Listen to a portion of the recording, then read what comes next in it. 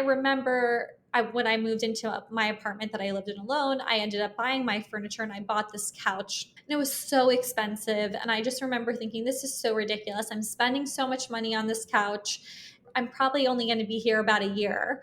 Mhm. Why am I spending this crazy amount on this couch? I was thinking in my head, like, I wish I could rent my furniture the way like I rent clothes or I rent some of my designer bags. Home, home, just wanna go home, home, back home. I've been gone for way too home, home. Welcome to Make Space, a home design show that empowers you to create spaces you're obsessed with. Tune in for conversations that dive deeper than pin-worthy rooms. Host Cara Newhart teases out the essentials of designing spaces that feed your soul and inspire your creativity.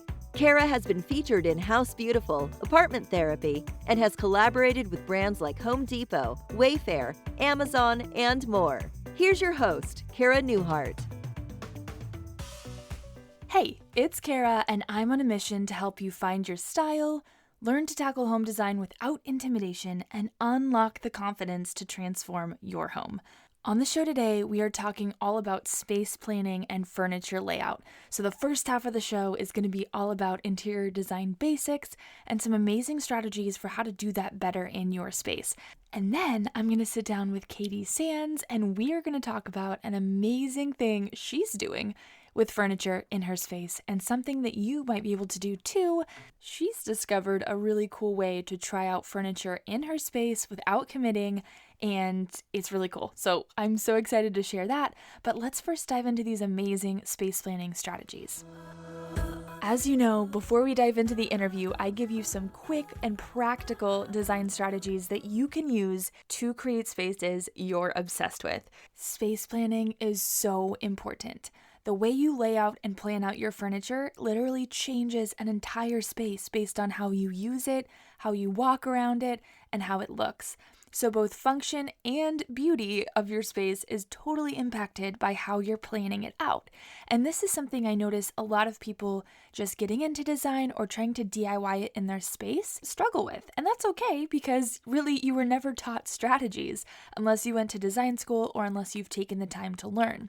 So my goal with this episode is to really break down some of the concepts that I learned in design school and kind of translate those into how you can do that every day in your home. Now first, there are no rules in design. If someone says there are, they're incorrect. There are only concepts to play with. And the concepts are just tools to try things and kind of guidelines for things that people generally like. That does not mean they're going to be perfect for you, but they're a good starting point and good to kind of understand why they're there, because then you know what you need to do specifically for your space, if that makes sense. So with space planning, you're going to have to measure. I know this is like the least fun part for many of us, but measuring out your space helps you so immensely because you know how much room you actually have. When you go to put a furniture piece in, you know that it's gonna fit. So I would recommend doing this for each room, and it's just good to have like the general measurement so that you have a framework to go off of. So when you're switching things out in your space, you know what you're working with. I would make a floor plan for each room in your house, just kind of casually as you are reworking the room or as you get to it, but basically you wanna measure and draw out a floor plan. I recommend doing this super simply, just using some graph paper, and I like to follow the scale where one of the boxes equals 1 foot. This is pretty easy to do, so just grab that tape measure, measure it out, and then draw just kind of that sketch of your room. Once you have that drawn, you want to make sure to mark your openings for doors and windows. So be sure to mark the places where you're going to be coming in and out of the room.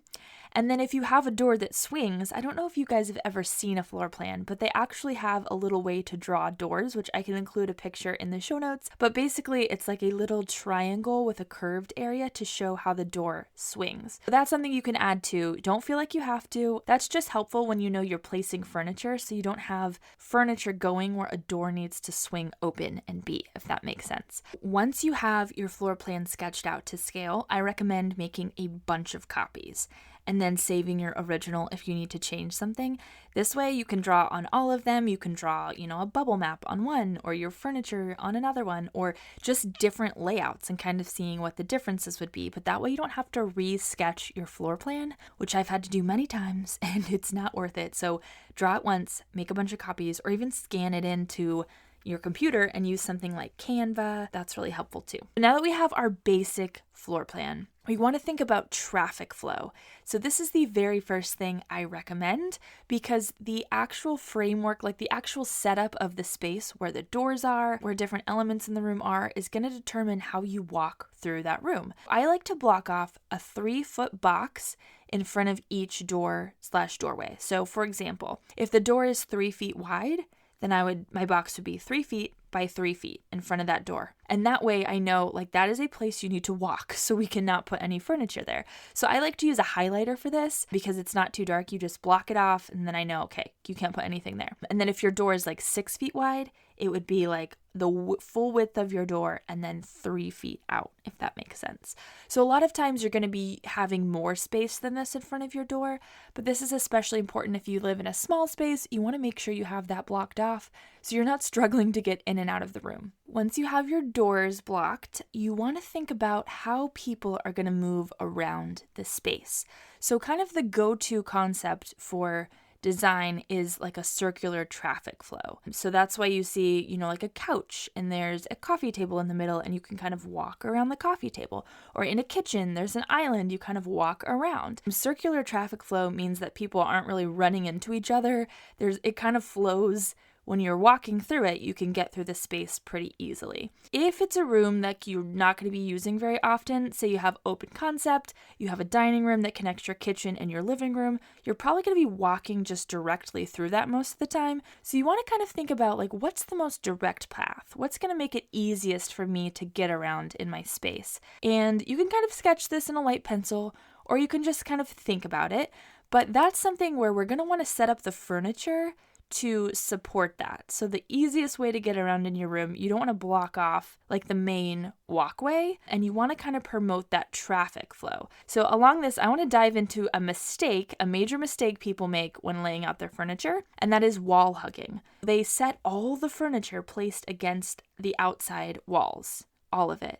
Basically, it's just hugging every single wall. Every single piece of furniture is touching a wall. So this does not create that flow in the space. It makes basically an island of empty flooring in the middle. There's no traffic flow. There's no clear way to get around in the space. And it just kind of feels chaotic. And then you're not using a lot of space. There's the whole center of the room that's not being used. When you're laying out your furniture, think in terms of furniture groupings. A grouping is furniture that you put together, all together, that has a specific purpose. They serve a function and they help support a part of your daily life or a part of your daily routine. So a good example is a couch, a coffee table, and a couple chairs. Or, maybe an accent chair, a side table, and a lamp in a corner. Think in terms of groupings for each room. So larger rooms actually often have activity zones. So that basically means there's different groupings within the space. There's not just one center area where all the furniture is. It's kind of partitioned off. You might have one main grouping by the fireplace with the couch and everything. And then in the corner, you have another smaller grouping on one side with maybe a little cafe table and chairs, or an accent chairs. Or in some huge living rooms, you might have 2 separate furniture groupings with couches. So one for the fireplace and another one for the TV. But think in terms of these activity zones and grouping. So when we talked about, the basics of interior design, and we talked about how we were going to go through and write down everything we want to do in the space, before we start bidding on Pinterest and finding all that inspo, this is why. Because for all of those activities, you would need a different furniture grouping to support that. So maybe you want, a big chaise lounge in the corner for reading. Maybe you don't read and you want a little cafe table to enjoy your coffee. So those activities are going to hugely impact the type of furniture that works for you and the type of groupings you need to have. So think in terms of grouping. And then another good space planning strategy is a bubble map. Bubble maps are if you don't fully know how you want the layout to work, what exactly you want your, furniture layouts to be, but you kind of have the activities you want to do in the space, you can make those activity zones via bubbles. So, a big circle in the middle of the living room, we want here to be our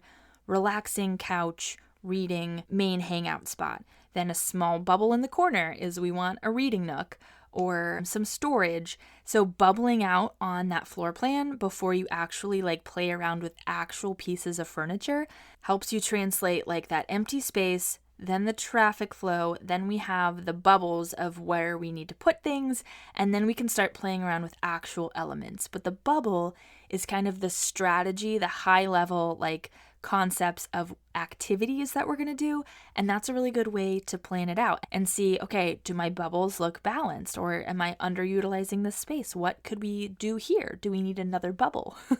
Does the bubble need to be bigger or smaller? So bubble maps are really fun. You can get colored pencils too if you want to be really exciting. Another really classic design concept is balance lines.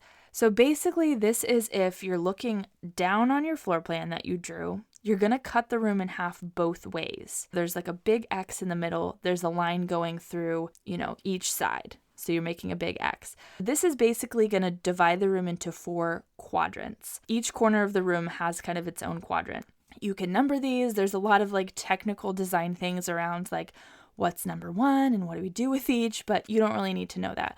The point of this is that each of the 4 quadrants should be balanced. So if you're in a space and you have one of the corners has the fireplace, let's say the fireplace isn't centered. One of the corners has the fireplace, that's where we put our main furniture grouping over there, kind of in that corner. Okay, well then you have 3 other squares or rectangles that need something in it for that room to feel balanced. You can't put all the big furniture and the big focal point just in one corner of the room. That room is going to feel very off balance. So this is helpful because when you're laying out your furniture, you're laying out those activity zones and those furniture groupings, you're really going to look, okay, how is each area, each quadrant of the room balanced? This is helpful, just kind of bird's eye view, top down. Where could we add visual weight, whether that is a piece of furniture, whether that's kind of maybe some built-ins. Maybe you could add, some cabinets, or an accent wall could do that too, a big stone accent wall can add some weight. So think about balance, and the quadrants are just an easy way to do that.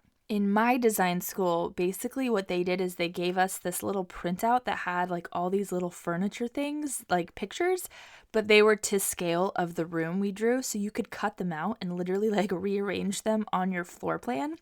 So that's something I actually really recommend. If you have, the size of your furniture, it's 3 by 5. You can cut out on a piece of graph paper a little thing that's 3 squares by 5 squares. You can label it. You can get crazy and color it if you want to, but you can actually move things around and kind of play with it without having to actually move around all the furniture in your space. That shows you how things fit, whether or not it'll work. It's really simple, but it's really a good way to kind of play around with things. It can actually be really helpful in terms of visualization. Another thing I want to talk about is axes.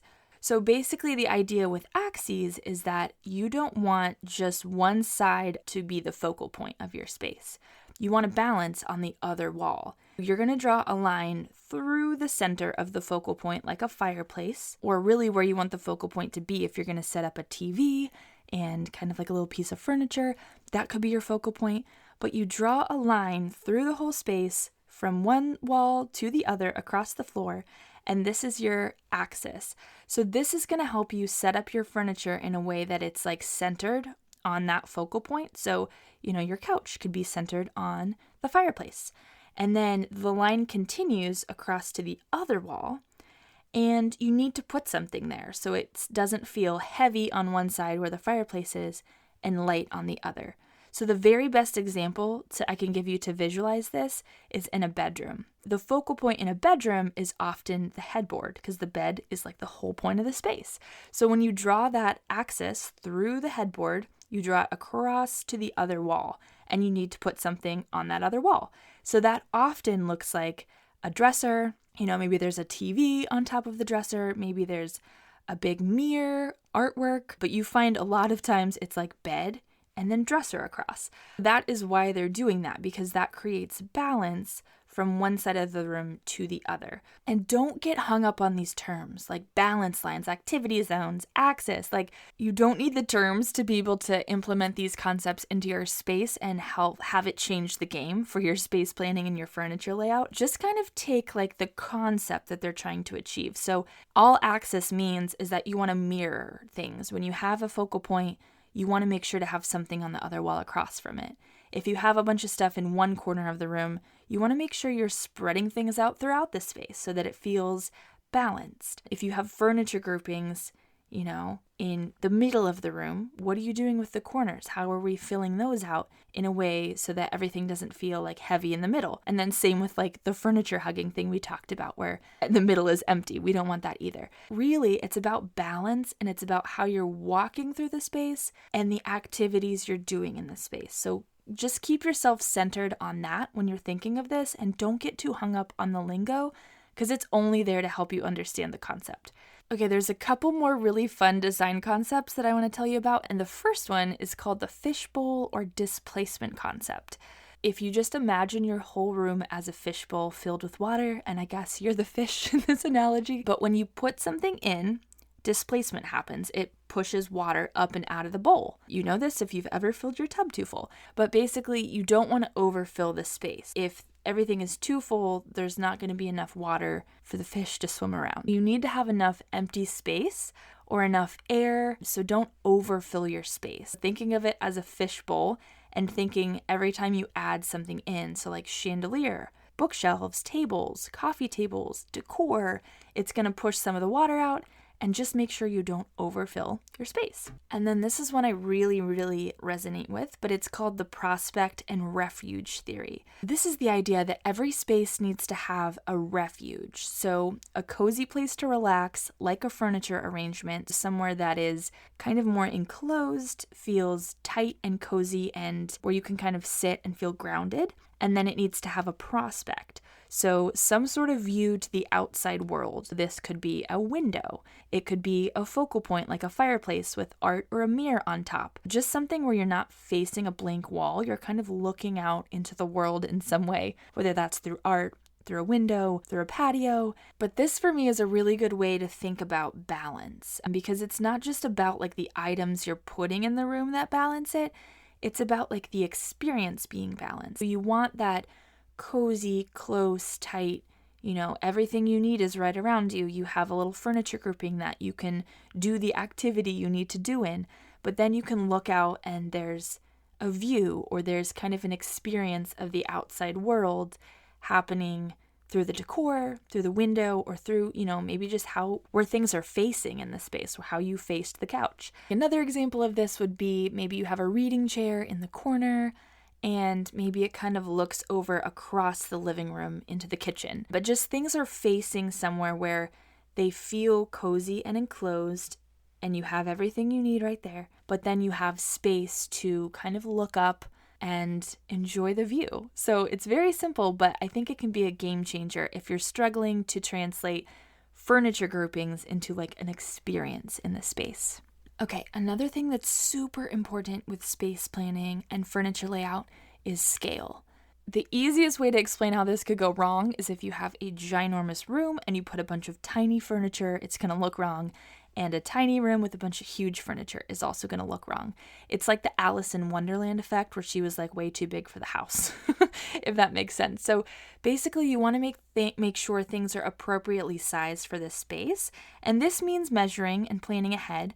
But there's also like a visual element to this that can be tricky where things like look bigger or smaller. I'm sure you've seen those like brain benders where it's like a picture and it's like, which one's larger? Just kidding, they're the same size. And you're like, what? Because our brain plays tricks on us. So there's ways to kind of use that to our advantage.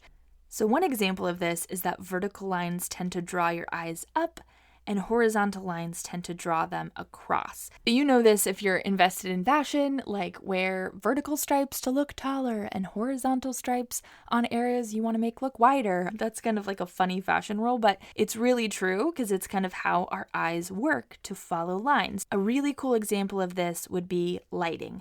So let's say you're designing your room and you want a light on either side of the bed and you want to save space on top of your nightstand. So you're thinking, okay, let's put a light on the wall. If you use sconce lights that come out of the wall that maybe have a bendable arm, that's going to be a horizontal line. So that's going to draw your eye across, which can be really good if you're putting art in the space and you want your eye to be drawn around. Or you could install some pendant lights on either side of the bed, which is like what I have, and that's going to create a vertical line that's going to draw your eye up. So that would be really good for accentuating high ceilings, or if you kind of have an accent wall going on, you want people's eye to be drawn up. It's not just when it comes to wallpaper prints or accent wall trim or that kind of stuff. It's also like the specific elements that you're putting in the room that create those lines.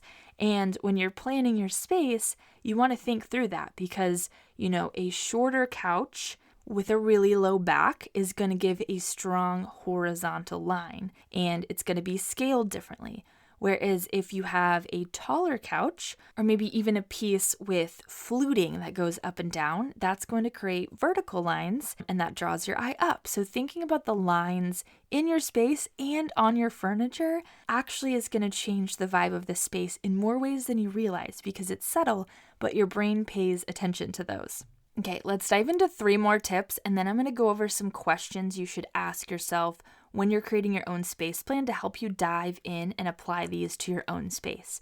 But some more tips real quick. Number 1, if you have a small space, you can actually borrow space from the outdoors. If you really leverage your window, you make sure to hang your curtains super high and wide so that you're not covering up the window. You really set up your furniture to be kind of facing or have a view outside the window. It's kind of like an uninterrupted view or sight line.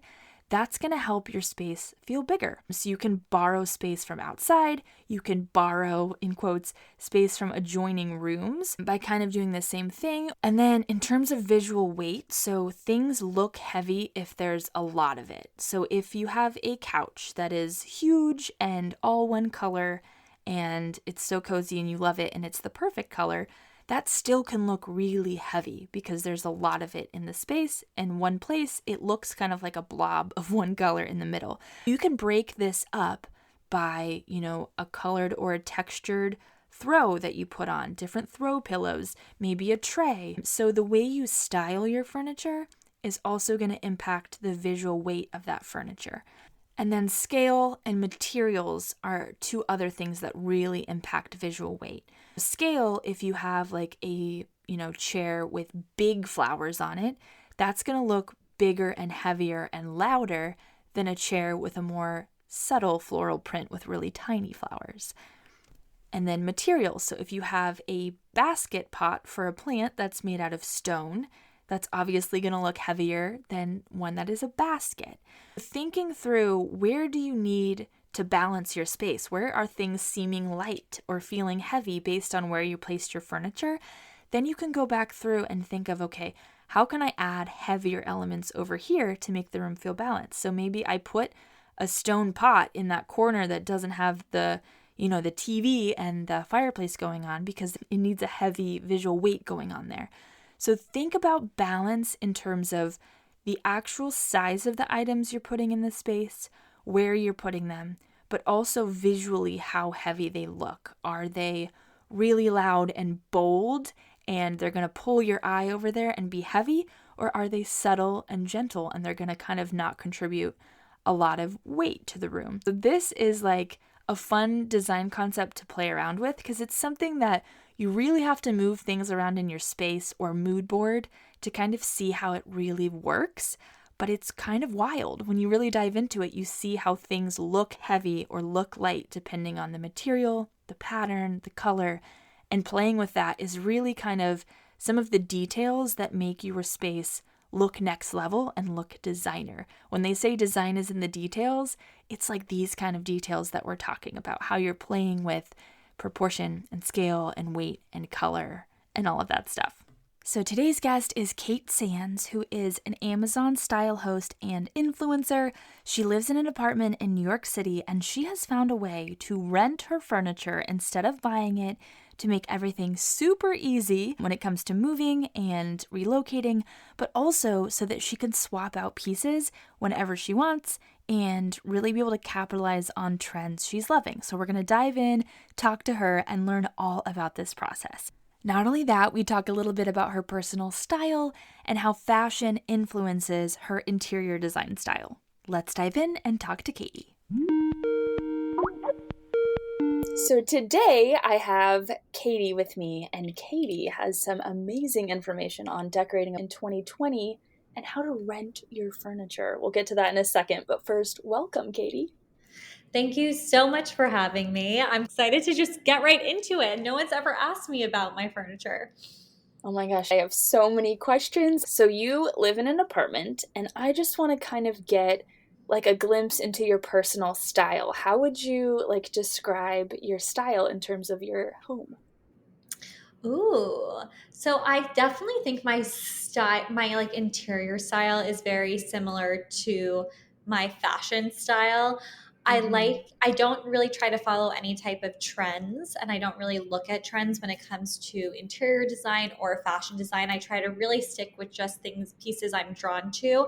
I'm definitely drawn to more modern aesthetic in my home with pops of color here and there. Like I love fun pop art, and I really use pop art and young emerging artists to decorate. But when it comes to my furniture, I really stuck with neutrals, things that looked modern but super comfortable. I'm not drawn to anything that doesn't look like I can fall asleep in the chair or couch. It has to be super comfortable and cozy because I live in a 1-bedroom apartment in New York City. So if my furniture is not comfortable, I'm not going to be comfortable in the space at all. Right.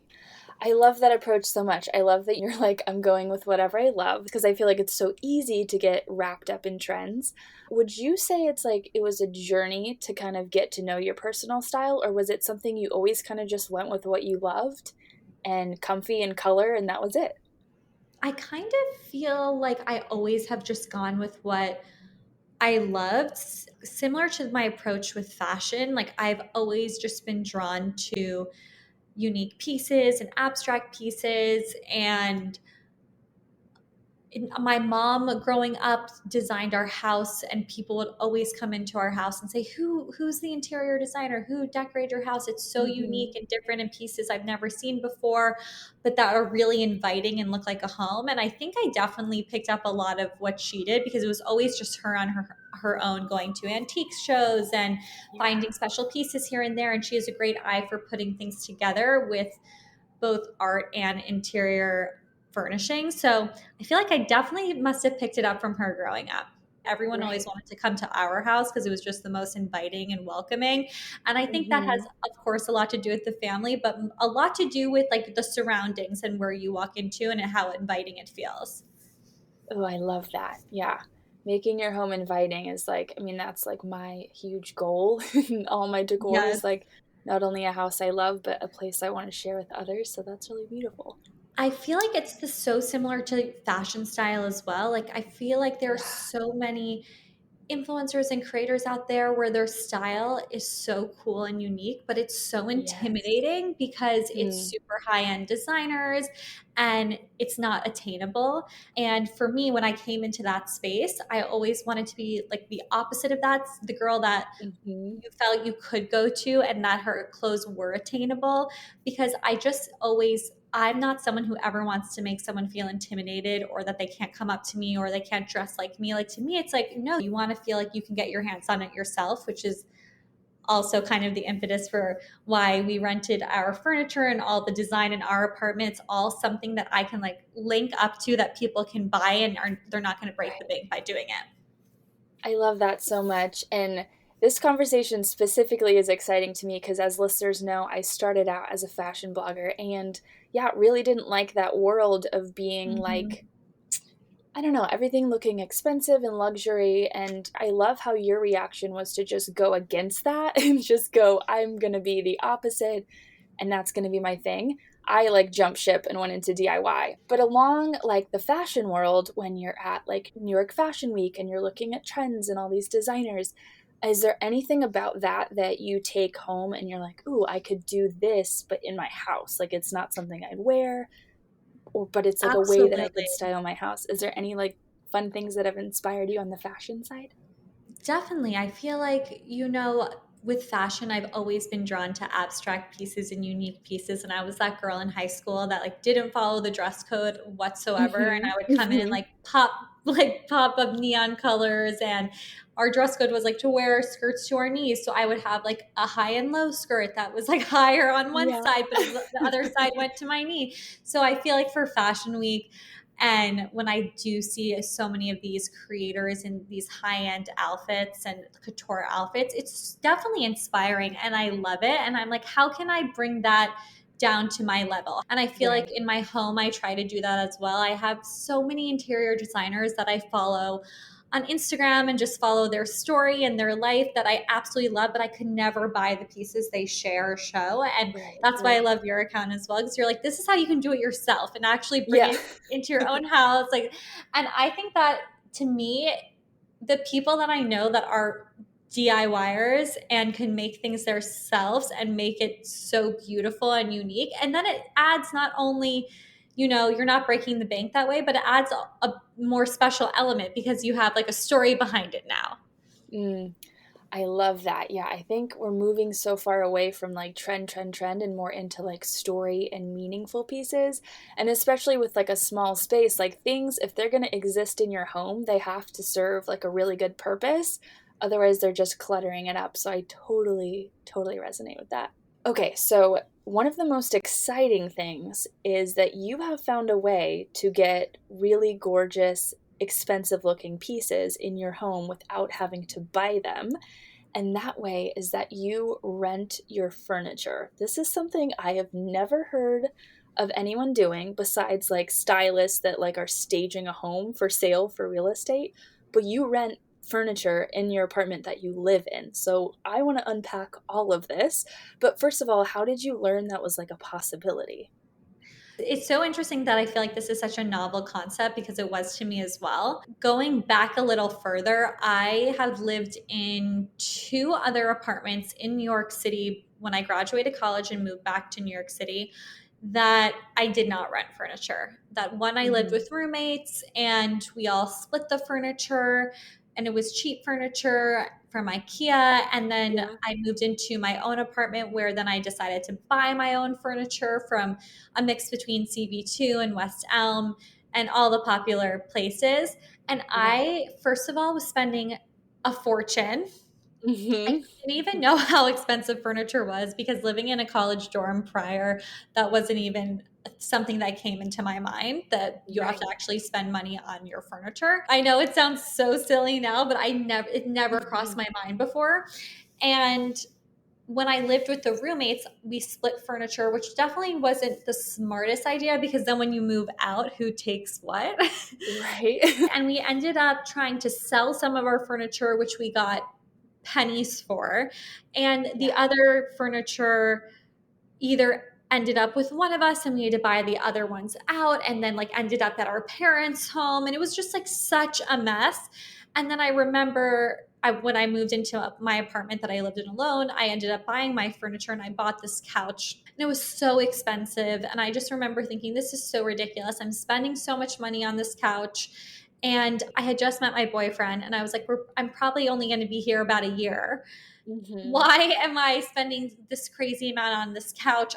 I was thinking in my head, like, I wish I could rent my furniture the way like I rent clothes or I rent some of my Yeah. designer bags, or I'm not supposed to use the word rent, but I borrow. I don't know why the word rent gets such a bad reputation in subscription models. I actually don't Right. have any, like, I think the word rent is like a positive. So that never Yeah. made sense to me, but also I'm not in marketing, so I'm not really quite Right. sure. Um, but I do like borrow tons of my designer items, like all my Chanel bags I borrow. And I was like, I wish you could do that with furniture. Right. And this startup called Feather arose, and my boyfriend Brian and I started really doing a lot more research into it. I think they had like 2 employees at the time or something.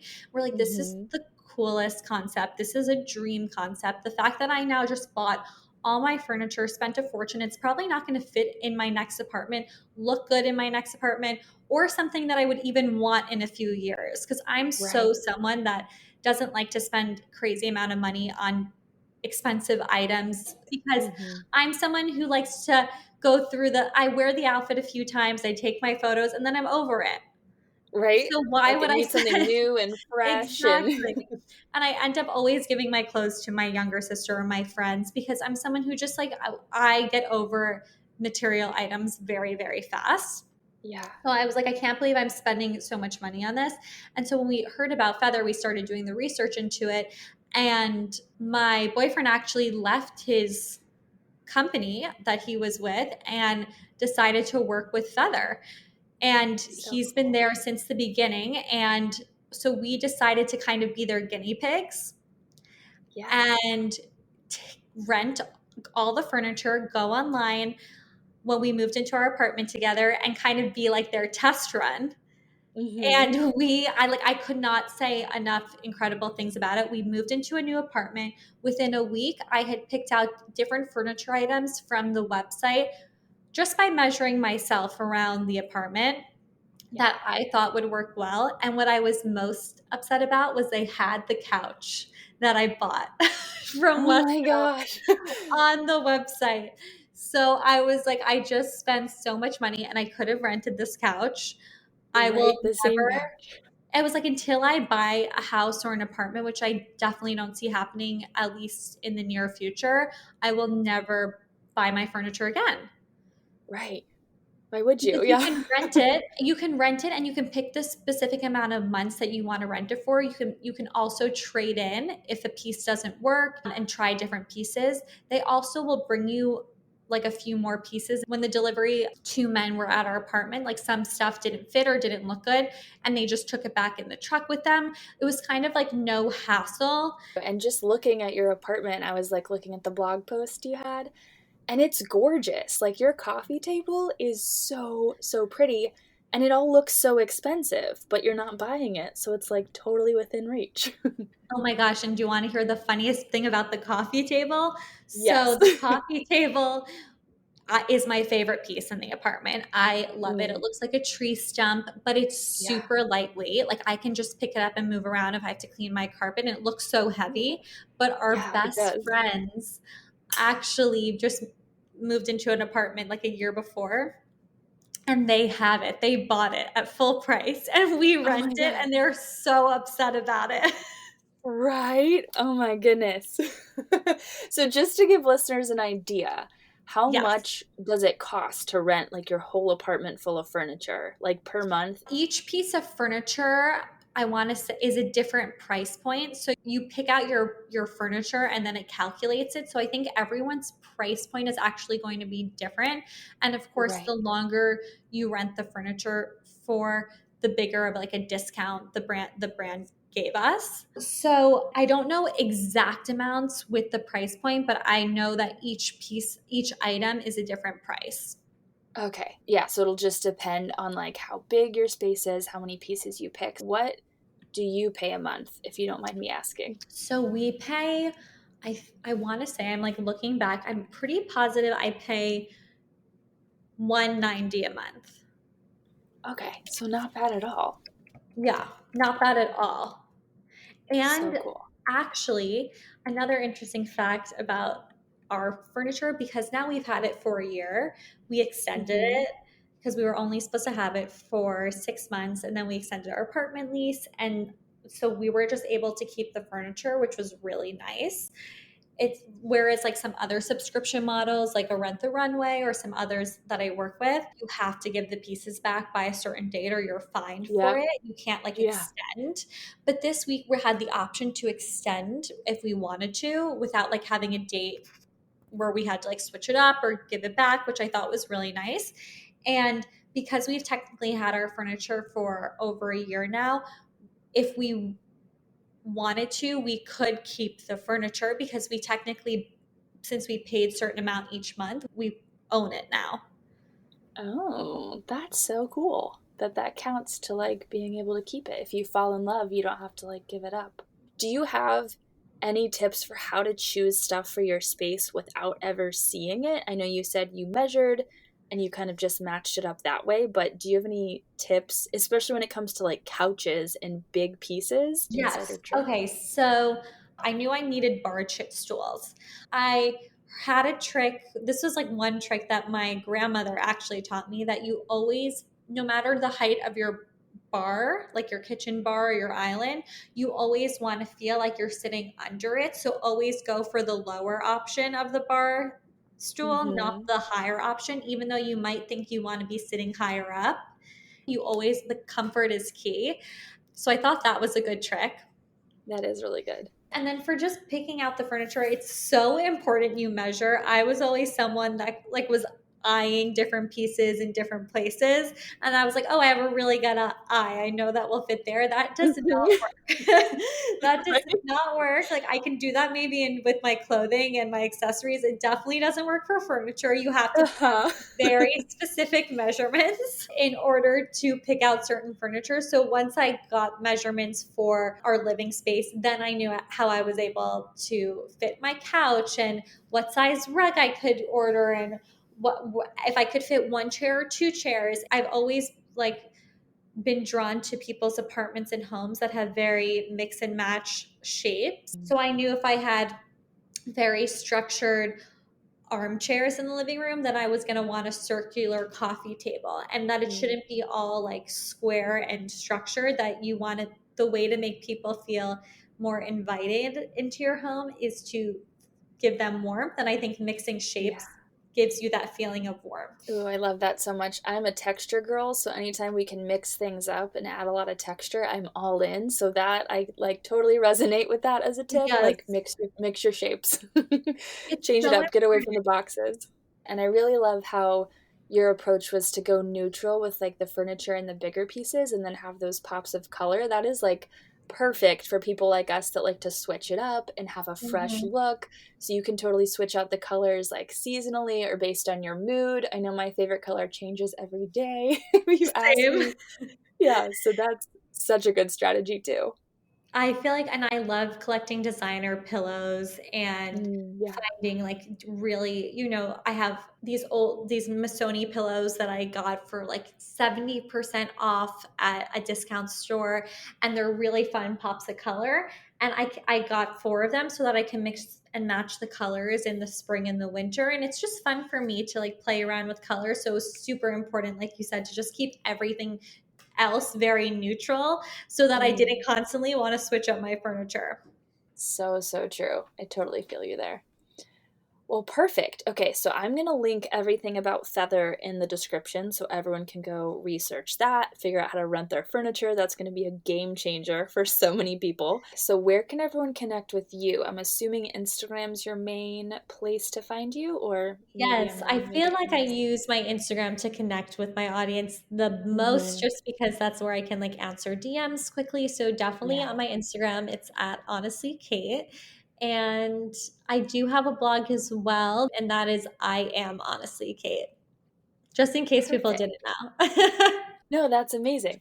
So everyone head over there, ask her all your questions about renting furniture, tune into her show, bother her in DMs. I'm sure you'll love that. I know I do. But yeah, thank you so much for your time. This was seriously so cool. Thank you so much for having me. I love talking about this. I can't wait to listen to all your other episodes because now I'm so curious what other people are doing. It's such Yes. a new world for me to just step into, like the DIY and design world. And I feel like I feel like I'm gonna be going to like Michael's and all those stores and now buying Uh-huh. everything for my apartment to do myself after I stalk your entire Yes. page. And Brian's gonna be like, what is happening? I love that so much. Well, if I do anything right, it is that is the result, and I have you DIYing things. So fingers Exactly. crossed we'll get you there. Yeah, I love it so much. Hashtag obsessed. For this week's hashtag obsessed segment, I thought I would give you my list of questions that I love to run through when I'm doing space planning. This is something I've built over time. I'm obsessed with this process, and I think it'll be super helpful for you. So here's questions you should ask yourself when space planning or trying to work out your furniture layout. Okay, so with the understanding that this is a process, it is something we are playing around with over time. It's not going to be a before and after that's super quick. Let's dive into some questions so you can kind of dissect your own space and use some of these concepts in it. So we already started with the question, what are you going to be doing in the space? Those activities are really going to drive the furniture you put in there, and how you lay it out. Another really important step too, and this is something we do in design, is like dive into what they call like a lifestyle questionnaire, where you ask your clients about their life. How big is your family? How many people are going to be in here? Do you like to entertain? But just thinking of your space, like, do you entertain? Does there need to be enough seating when people come over that, there's plenty of space? So that could look like a big enough sectional. That could look like having poofs that you store under the coffee table that you can take out when people come over. And so those kinds of furniture strategies and layout strategies are really going to change the space, because if there's not enough room for people to sit, you have to drag chairs from the dining room. There's all kinds of little nuances that could create when you're not intentional about it. And this goes down to, just even your family living in the space. Are there going to be multiple people in that same room where you're going to want to be doing different activities at the same time? And how can we set up our furniture to make sure everyone has space to hang out and do, their different activities together? So is there enough space on the couch for everyone to sit in their corner with their iPad and have a place to plug it in? Is there, the reading corner that you can sit in while someone watches TV? How could we partition the space so that someone can work and have a work from home space in the corner and it kind of feels isolated from the rest of the room? So thinking about how your family is going to function in the space, how many people are going to be using the space alongside those different activities, it's people living together.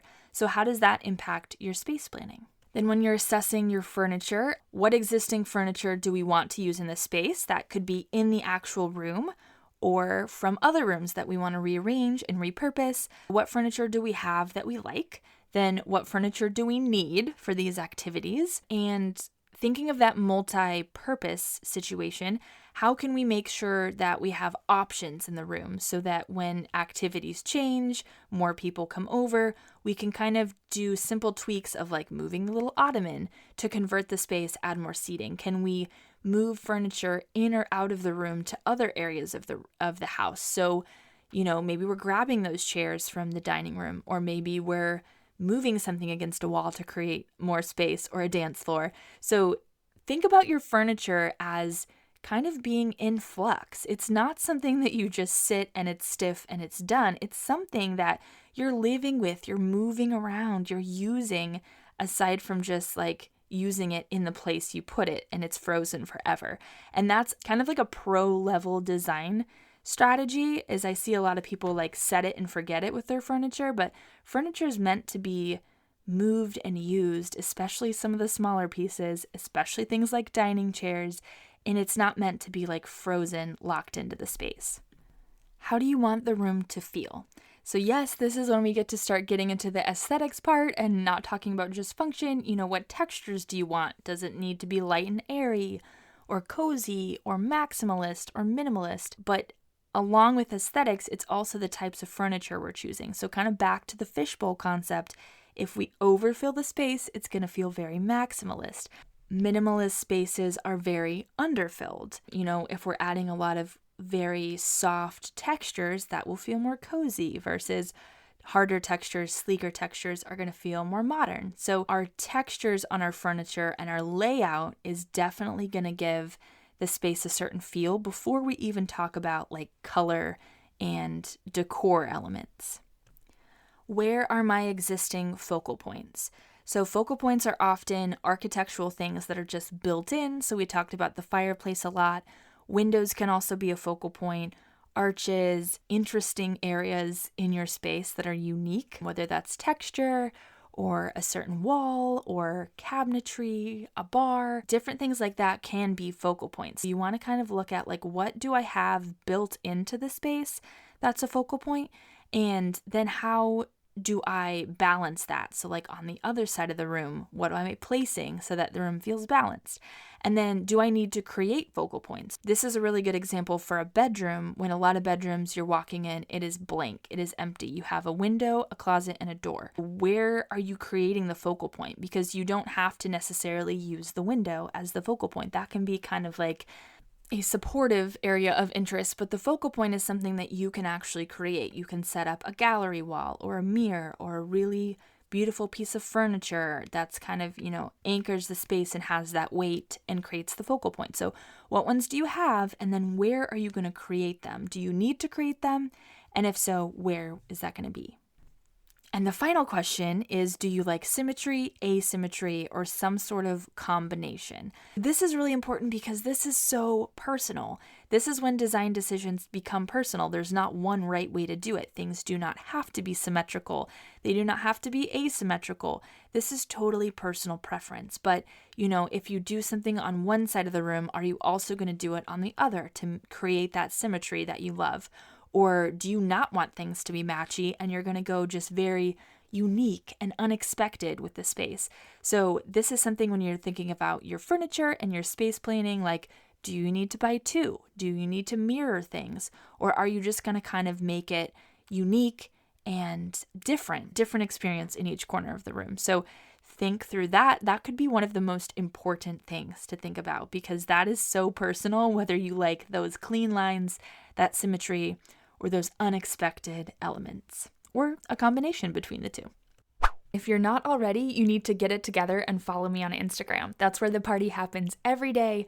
It's where you can see me do all of my projects and DM me with your questions and your spaces and all of that fun stuff. So hop over to Instagram, type in Never Skip Brunch, and follow me so we can be friends there and talk more than just once a week. I'm on my way back home. Thanks for listening. If this is your first time listening in, be sure to hit that subscribe button so you can stay in the loop with the newest episodes. If you're a subscriber and you like the show, be sure to rate, review, or screenshot and share your favorite episode on social.